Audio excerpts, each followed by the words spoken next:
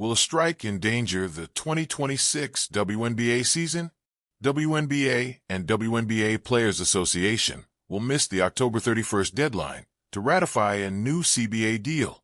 WNBA fans still have vivid images of the Las Vegas Aces players storming the court in a jubilant clash of bodies, tears, and screams as they had just won the 2025 championship in Phoenix in early October.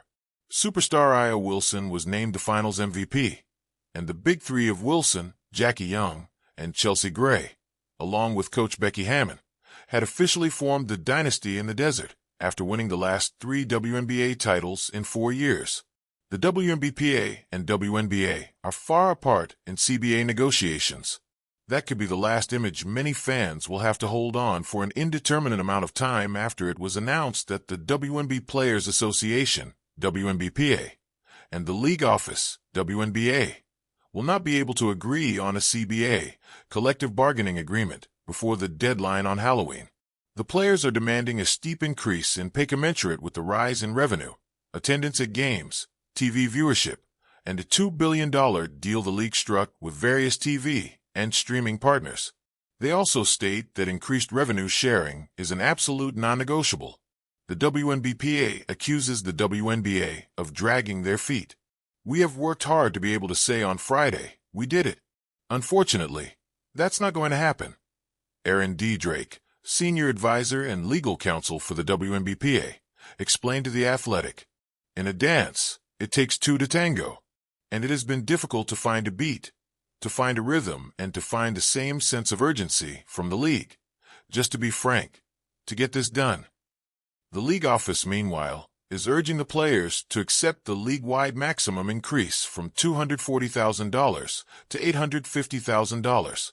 The WNBA says they've presented a fair deal to players. "We have been negotiating with the Players Association in good faith and with urgency for several months, with the goal of finalizing a new collective bargaining agreement as quickly as possible," the spokesperson said in a statement obtained by The Athletic. "Throughout this process, we have been clear that our top priority is reaching a new collective bargaining agreement that addresses players ask for significant increases in pay, benefits, and enhancements to their experience, while ensuring the long-term growth and success of the league and its teams. We urge the Players Association to spend less time disseminating public misinformation and more time joining us in constructive engagement across the table." WNBPA say increased revenue sharing is a must. While the WNBPA is demanding revenue sharing as part of the agreement, the league is saying that they will only agree to share revenue if the increase in revenue reaches certain criteria or metrics. And that's the vast canyon that divides the WNBPA and the WNBA, and no bridge is being constructed to close that gap on the issue or revenue sharing. Drake informed The Athletic and the New York Times that she is determined to get the WNBPA both the substantial pay increase and the increased revenue sharing, but he admits he does not believe a deal will be done by the October 31st deadline. There is already word that the deadline will be extended. The start of the season in May 2026 is now in peril. "The players are so stalwart in their commitment to having a transformational CBA, and it's our job to get it done," Drake said. "Labor peace is where we want to be, but we're not going to get there by being taken advantage of. The players aren't going to get there by hearing, maybe next time again.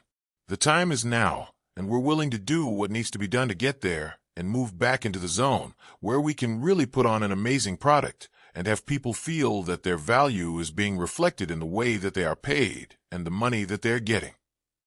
The WNBA claims the players have not presented a viable offer.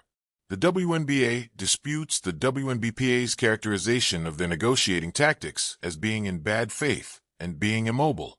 The Players Association has yet to offer a viable economic proposal and has repeatedly refused to engage in any meaningful way on many of our proposal terms.